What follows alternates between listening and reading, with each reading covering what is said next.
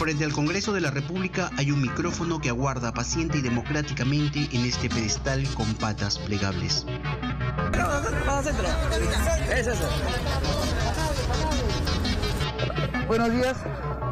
Un ratito porque tengo que entrar ya a una reunión. Con el micrófono todo, sin él, nada. Norma Yarrow, congresista que abandonó Renovación Popular para integrar las filas de Avanza País, de pronto voltea, se encuentra con la bancada de Perú Libre y ocurre un hecho incomprensible e inenarrable. ¿Qué le parece las pancartas?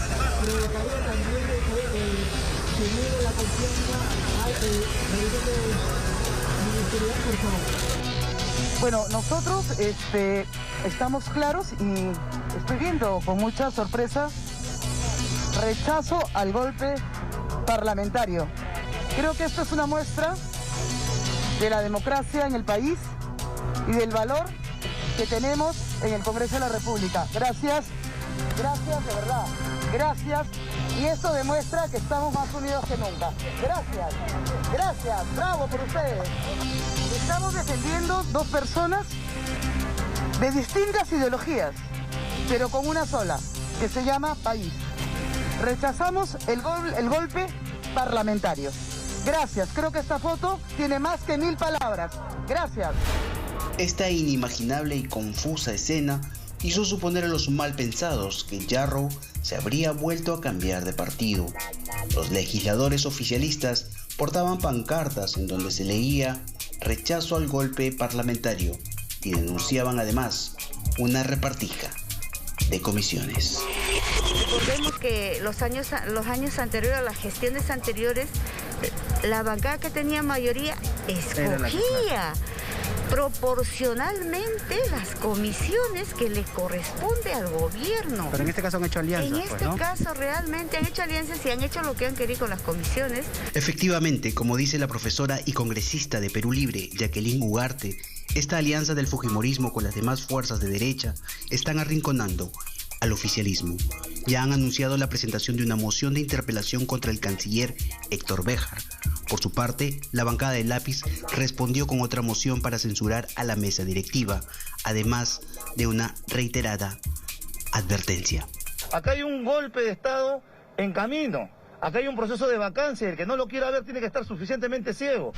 Fuentes del Parlamento indicaron que la Junta de Portavoces estaba dispuesta a reconsiderar la presidencia de la Comisión de Educación, pero según dijeron, Perú Libre quería estar en todas y pedía cambiar cada una de las comisiones. Entonces le dijeron que no, ni hablar. Lo extraño es que luego de haber levantado la misma pancarta que los congresistas oficialistas, los cuales denunciaban una repartija, Norma Yarrow volvió. El micrófono seguía impasible en su pedestal, como esperándola, como aguardando una aclaración. Ellos vienen no al cierre del Parlamento, equivocadamente con un letrero, y ellos lo que querían era quejarse porque estaban, según ellos había habido una repartija. Acá no hay repartija, señores, hay junta de portavoces y se hace en una votación. Luego de la confusión y de aclarar que no apoyaba a Perú Libre, sino a que no se cierre el Parlamento, Yarrow se fue por donde vino. Muchas gracias. Los congresistas de Perú Libre estaban enojados porque no tenían la Comisión de Educación. Teniendo una bancada integrada por 17 profesores, esperaban que dicho grupo de trabajo sea presidido por uno de ellos. Por ese motivo, el presidente de la República, también profesor, llegó al Parlamento para pedir una reconsideración. Este gesto de la presidenta del Congreso, Mari Carmen Alba, generó muchos comentarios. Algunos lo interpretaron como un rechazo al presidente Pedro Castillo. Otros manifestaron que fue una negativa a dar una declaración conjunta. Sea como sea, está claro que los gestos en política son pasibles de interpretación. Pero de haber desdén sería un hecho reprobable y podría paradójicamente considerarse de mala educación. Estos son, aquí están, los profesores que integran la bancada oficialista. Fueron ellos los más inconformes. Una de estas profesoras de la bancada oficialista, Francis Yasmina Paredes Castro, presentó un proyecto de ley para establecer control de precios de productos producidos por empresas públicas y privadas. Hay que indicar que de los 13 profesores de la bancada de Perú Libre, 4 no rindieron las evaluaciones de la reforma magisterial. El resto no superó las diferentes pruebas. Francis Yasmina Paredes Castro dio 3 pruebas. En todas salió jalada. Pero Francis Yasmina no es la única. También está este congresista de nombre Pasión Dávila. Y en lo último no logré, sí, tercera escala estoy, y eso es lo correcto. ¿Cómo salió en esas evaluaciones? En las evaluaciones del examen, sí, yo no aprobé en ese aspecto, pero sin embargo es una evaluación realmente que no lleva a mejorar la calidad educativa. ¿Y usted enseñaba como su nombre, congresista? Obviamente, con mucha pasión.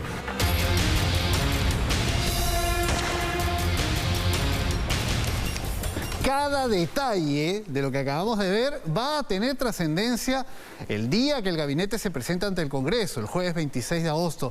¿Por qué? Porque va prefigurando de alguna manera cómo viene el ánimo entre los congresistas, sus bancadas, que a veces hay directivas a nivel de bancada, cómo debería votar la bancada, además de cada uno, cuál va a ser la manifestación, lo que dirá en su momento, y también los líderes políticos. Temprano hablábamos un poco de lo que ha venido diciendo el señor Vladimir Cerrón en las últimas horas.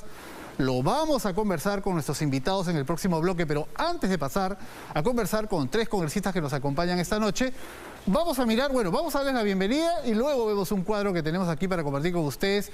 Nos acompañan esta noche Carlos Anderson de la bancada Podemos, congresista también, Héctor Valer de Somos Perú, ex Renovación Popular, y el congresista José William Zapata, también de la bancada de Avanza País, quien nos acompaña desde su hogar. Muy buenas noches. En realidad queríamos mostrarle un poco cómo van los números según las nuevas las bancadas, cómo se han reconfigurado algunas. A lo largo del diálogo irá apareciendo el cuadro y ahí lo vamos a comentar para darle más dinamismo a esta reunión. Bueno, hace instantes hemos escuchado a un parlamentario del oficialismo, al congresista Herrera, decir que ha habido pues una conjura de la derecha que ha impedido que Perú Libre, la bancada oficialista, logre las comisiones que le importaban, los temas importantes para ellos, pero antes que nada ha dicho que da por descontado, como una obligación moral y cívica, el voto de confianza al gabinete Bellido. Quiero comenzar por lo más obvio. ¿Se da por descontado el voto de confianza? ¿Lo tiene ya el gabinete Bellido? ¿Qué nos dice Carlos Anderson? Luego vamos a conversar con nuestros otros invitados. Don Carlos. Bueno, creo que tú has sido muy claro cuando, conversando con mi colega, le dijiste, no han sido ustedes demasiado optimistas, demasiado confiados. Yo creo que si creen que necesariamente tienen el voto de confianza, nuevamente están cayendo en el mismo error, ¿no? La ciudadanía, creo, y los congresistas tampoco no hemos visto necesariamente nada diferente durante las últimas semanas, ¿verdad? Desde que el presidente Castillo nos dio este gabinete al país, que es un gabinete fallido, un gabinete que tiene problemas desde un inicio, ¿no? Para comenzar, una foto terrible, ¿no? Porque esa foto de básicamente puros ternos, ¿no? Oscuros, ¿verdad? Negando el hecho de que en el Perú hay mujeres capaces, no solamente por un tema, digamos, de cuota de género, sino realmente por su capacidad reconocida en diferentes temas. Y bueno, y queda claramente establecido que el presidente, pues, nunca realmente ha cumplido con su primera promesa, que era darnos un gabinete de todas las sangres, un gabinete de los mejores, un gabinete realmente pues que iba a generar unidad nacional. No tenemos eso. Congresista Valer, esta noche hemos escuchado al jefe del gabinete aquí en Punto Final decir que los dejen trabajar, que los dejen, que les permitan servir al país. ¿Suficiente argumento para el voto de confianza que debe entregar el Congreso este 26? Yo creo que no. En primer lugar, porque tenemos que escucharles a todos ellos la política general de gobierno que lo tiene que hacer el Premier y las políticas sectoriales que los tenemos que escuchar. Creo que es necesario que en el país haya una seguridad jurídica para que haya mayor inversión internacional y para que el éxodo del capital nacional no se vaya a los países vecinos. Por tanto, esperamos que el día de la presentación del gabinete vayan con un plan serio de estabilización económica y una reactivación económica, porque el Perú lo que quiere es más trabajo y quiere mayor tranquilidad y no la polarización ni la demanda de la vacancia presidencial. Ahora, una chiquita, antes de ir con el congresista Williams. Ustedes son de la bancada Somos Perú, Partido Morado, estuvieron cerca de Perú Libre para la mesa directiva, al final no se inscribieron. ¿Esa cercanía que tuvieron y tienen no le garantiza el voto de la bancada de Somos Perú al gobierno? Yo creo que sí, porque no olvidemos que la actual mesa directiva viene de alguna manera a trompicones. En primer lugar, vulneró la debida participación de la tercera lista en el proceso electoral a la mesa directiva. Y últimamente vulneró el artículo 36 del reglamento del Congreso de la República al imponer en la Junta de Portavoces y en la mesa directiva, en el Consejo Directivo, los cargos de presidente, vicepresidente y secretarios, cuando el artículo 36 del reglamento del Congreso dice que los miembros de las comisiones son las que eligen los presidentes. Pero, que dicho sea de paso, es esto lo que se puso en el último pleno. No pretendía entrar esas Honduras, luego vamos a desarrollar, pero yo le decía, ustedes que han estado cerca de Perú Libre para la mesa directiva y no se logró, ¿sí le van a dar el voto de confianza al gabinete Bellido? Depende de la propuesta y de la explicación del programa de gobierno. El voto.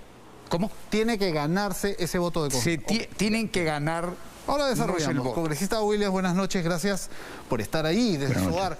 Usted y su bancada han sido muy críticos respecto a la permanencia de algunos ministros en este gabinete, el ministro de Defensa, el canciller, y creo que en las últimas horas el ministro del Interior, por esta inspección que se ha hecho a la DIRCOTE en estos últimos días, una inspección muy extraña, una intervención. ¿Ustedes cómo van respecto al voto de confianza? ¿Qué consideran en Avanza País? ¿Se han dado pasos positivos en las últimas horas o todo lo contrario? Buenas noches y por su intermedio a todos sus televidentes. Fíjense, nosotros consideramos que un gabinete se presenta con las personas adecuadas en cuanto a sus capacidades, porque conocen el cargo y porque también tienen convocatoria y generan confianza en la población. Por otra parte, y eso no se ha visto, y no es solamente una opinión de nuestra bancada, sino de una gran parte de la población. Y no solamente en los ministros, sino también en las partes de los cargos intermedios, en la burocracia de cada ministerio.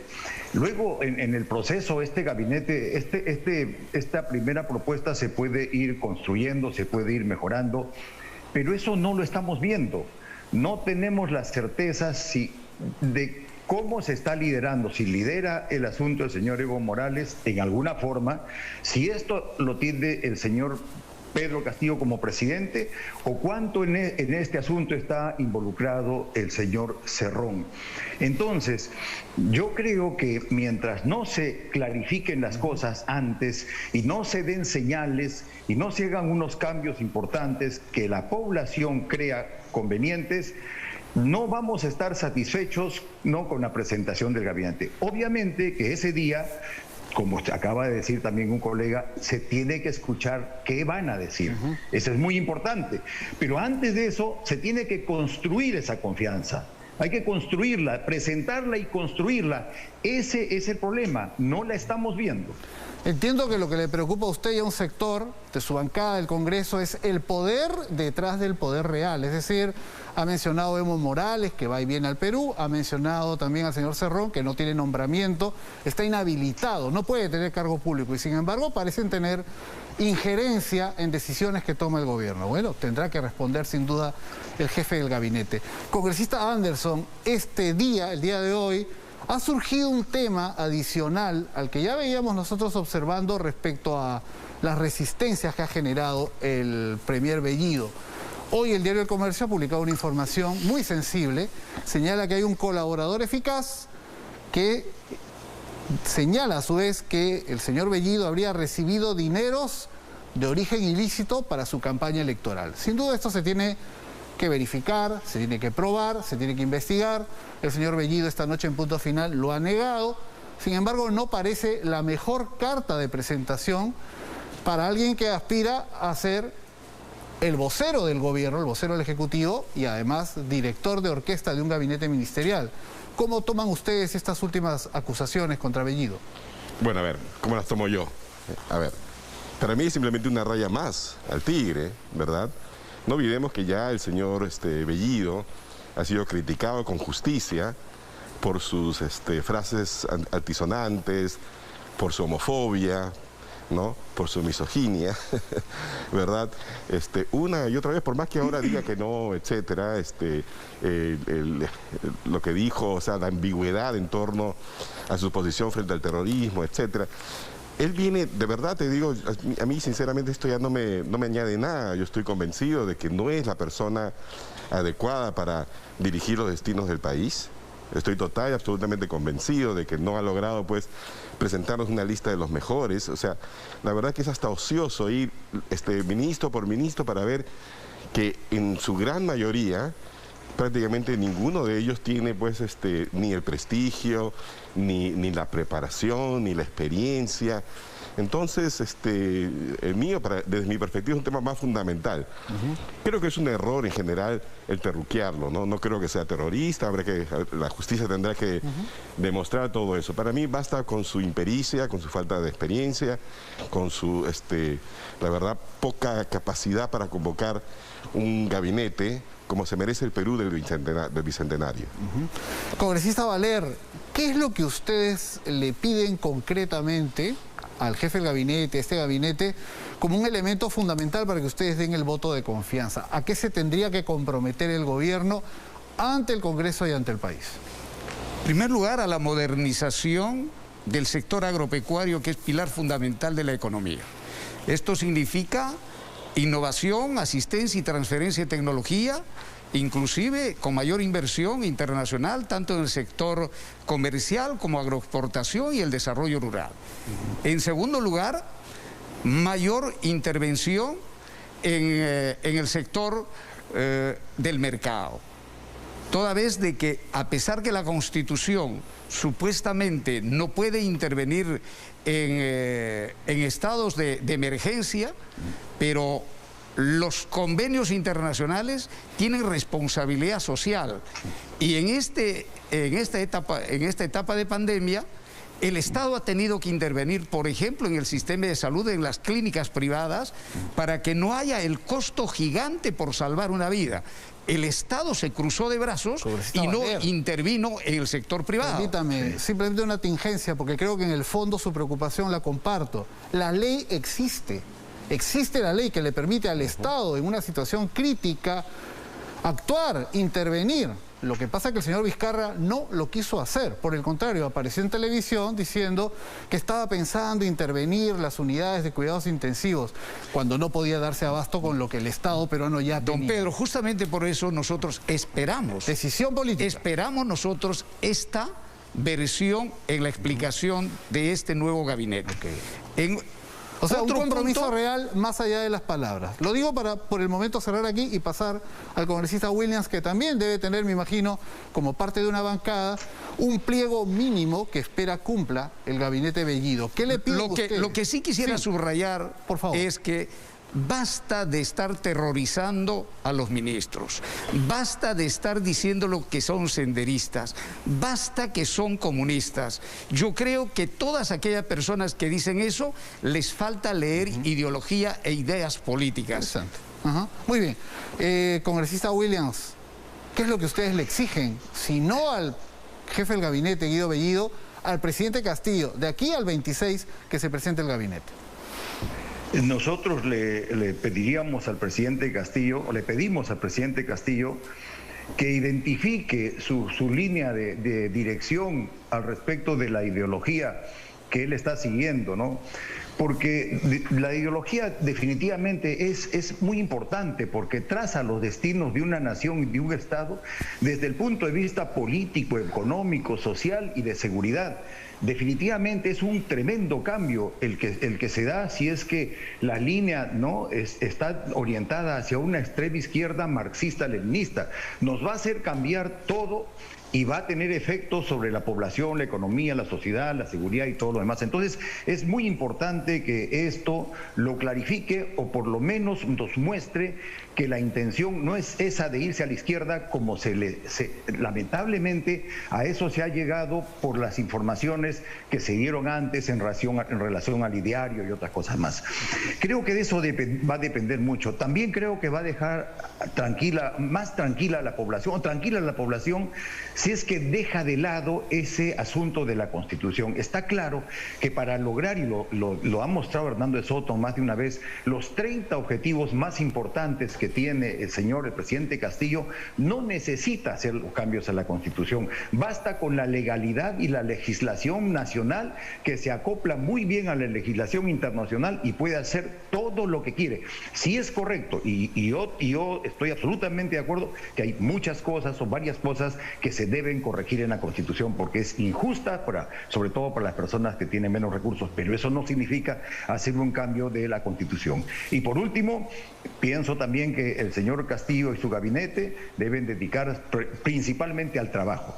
El dinero va a faltar, las cosas van a subir, la salud, el trabajo que va con el dinero, la salud, la educación, la seguridad, son asuntos sumamente importantes y que se tienen que tocar de inmediato y alcanzar objetivos palpables, o sea, tangibles para la población en ese sentido.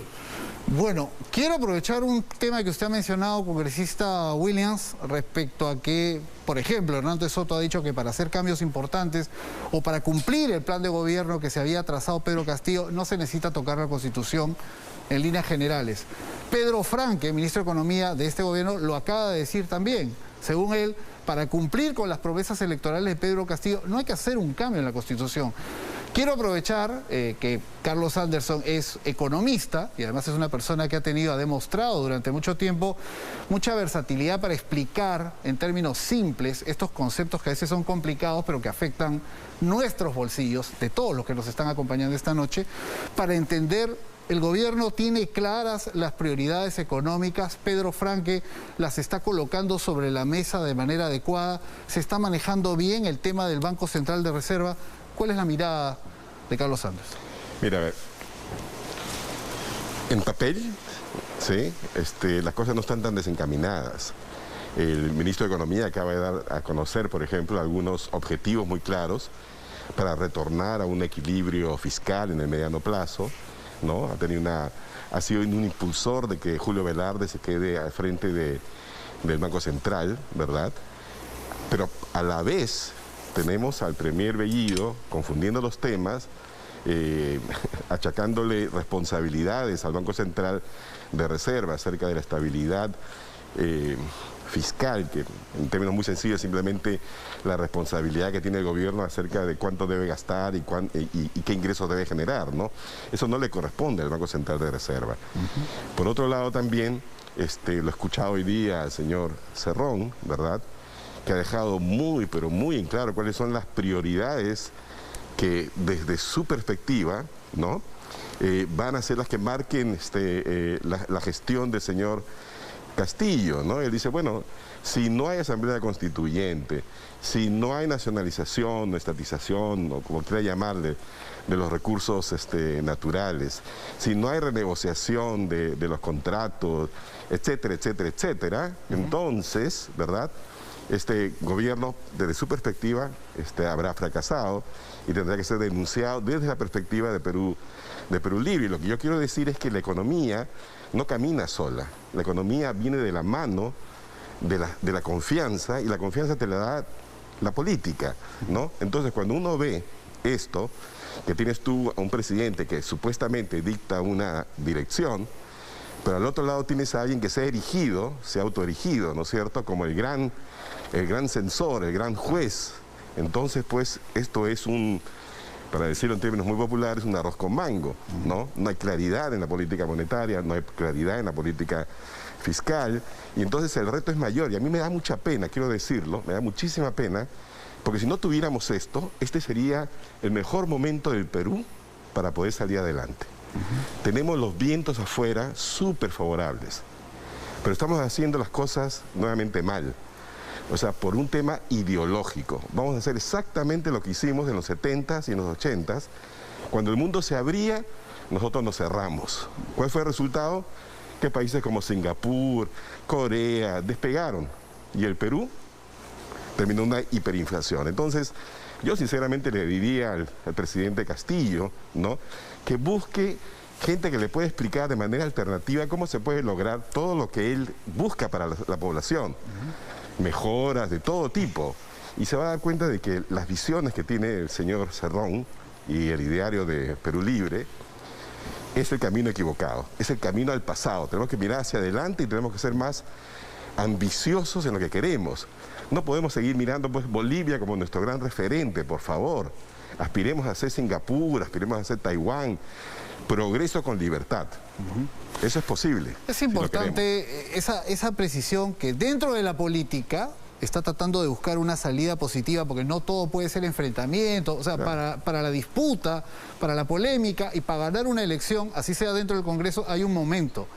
Y luego viene el momento del trabajo parlamentario, que es legislar con sentido práctico y de utilidad para el país y fiscalizar, ¿no es cierto?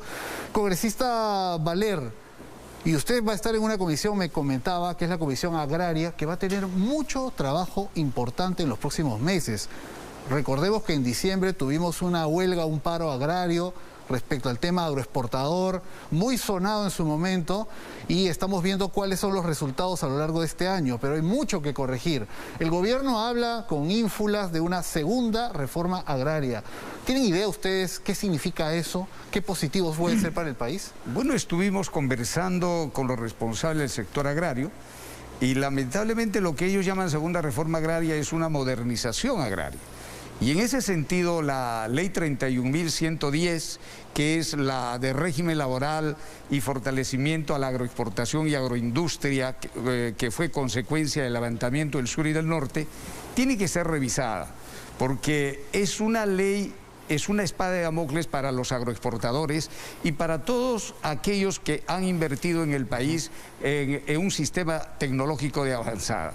Entonces, esa 31.110 se debe modificar y la próxima semana yo estoy presentando un proyecto de ley justamente para modificar algunos artículos de tal manera que los trabajadores del campo no pueden ganar por encima del sueldo mínimo vital cuando ellos son trabajadores temporales, por ejemplo. Es decir, esa ley ha sido hecha por manos oscuras para dañar la economía del país. Lo que pasa, en ese sentido, lo que pasa es que venía una elección, pues esto fue en diciembre, enero, y teníamos la campaña electoral en abril, mayo. Entonces, claro, era un poco en medio de ese tema electoral que se toman esa turbulencia nos está trayendo en este momento 320 millones de dólares que ya se fue a Colombia del sector agroexportador, porque tiene mayores facilidades tributarias en Colombia que en Perú. Creemos que debemos nosotros abrir a la inversión internacional agropecuaria en nuestro país, teniendo tantas represas en este momento en ejecución y la frontera agrícola en crecimiento. Razón por la que yo invoco a mis colegas del sector de la derecha a no seguir comunizando este gobierno, a no seguir personalizando a este gobierno en el señor Cerrón, a no seguir debilitando el gabinete ministerial. Creo que es momento de conversar, de llamar a una mesa de concertación entre todos los sectores para llegar a un acuerdo nacional que pueda llevarnos a un desarrollo económico, a un desarrollo social, generando recursos económicos, pero también combatiendo la pobreza. Bueno, interesante lo del tema agrario, que sin duda lo vamos a continuar a lo largo del tiempo, porque el Perú es un país agrario y porque además hay que hacer ajustes sin duda, pero no matar a la gallina de los huevos de oro. Ese tema creo en el que siempre vamos a discutir. Congresista Williams, el tema de la seguridad. Todos padecemos a diario el temor, si es que no hemos sido víctimas ya de robo, de algún tipo de atentado contra nuestra integridad, el temor de que a nuestros familiares, a nuestros hijos regresando de algún lugar les pueda pasar algo, o los robos o el impacto de la delincuencia común. Incluso he escuchado al ministro de Justicia decir que van a criminalizar, van a bajar la edad para que 14 o 16 años ya sean también condenados por algún delito. No sé si necesariamente esa es una medida efectiva y real. Pero quisiera preguntarle a usted cómo analizan este tema, qué le van a exigir al gobierno, cuáles son los elementos más importantes que debe atender el presidente Castillo, más allá de hablar de ronderos o de rondas urbanas. ¿A qué se debe dedicar o qué debería atacar primero? El asunto de la seguridad es muy importante, la seguridad ciudadana. En principio es cuestión de Estado. No es una responsabilidad solamente de la Policía Nacional y en algunos extremos también de la Fuerza Armada. Es un asunto que debe partir por educación y también irse a los demás sectores. Es transversal a todos. Entonces la política de seguridad tiene que ver con una cultura de sociedad, con una cultura de educación y todo aquello que fácilmente podemos imaginarnos ahora, pero que no nos da el tiempo para extendernos.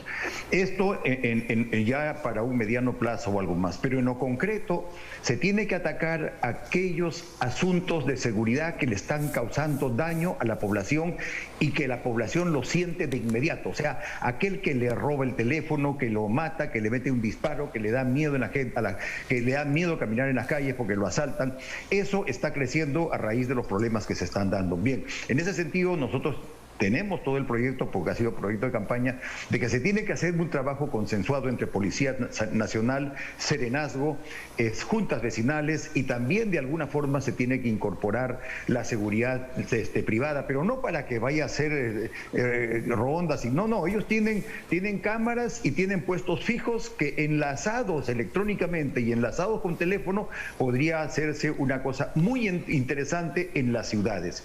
Luego tenemos que pensar en un plan de carrera del sereno.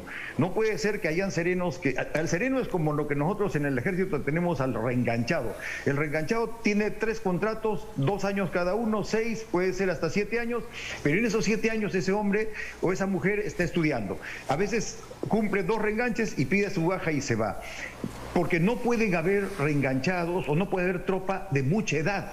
Se necesitan jóvenes, necesitamos jóvenes en los serenos, no pueden comenzar a trabajar y seguir hasta los 50, 60 años, porque después ¿qué van a hacer? Que en una pandemia todos se van a ir a descansar. Entonces se tiene que hacer un plan de carrera bien hecho, obviamente que existen, ¿no? Pero hay que mejorar.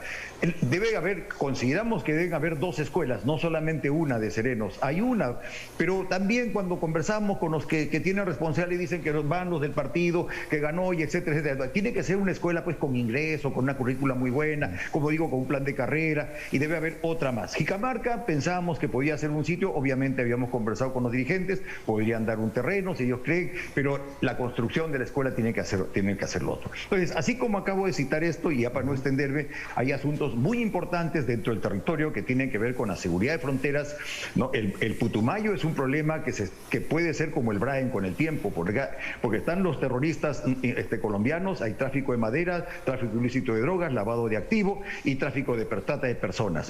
El Braen es un problema también muy importante. Además está el contrabando de oro en el norte, contrabando de oro en el sur y hay también crimen organizado. Entonces ahí hay bastante que hacer, también migrantes. Sí. Y de todos estos elementos que usted ha mencionado y que se hablaron en la campaña de uno y otro partido, ¿algo de eso está hablando el ministro del Interior, que ya lleva una quincena en el cargo?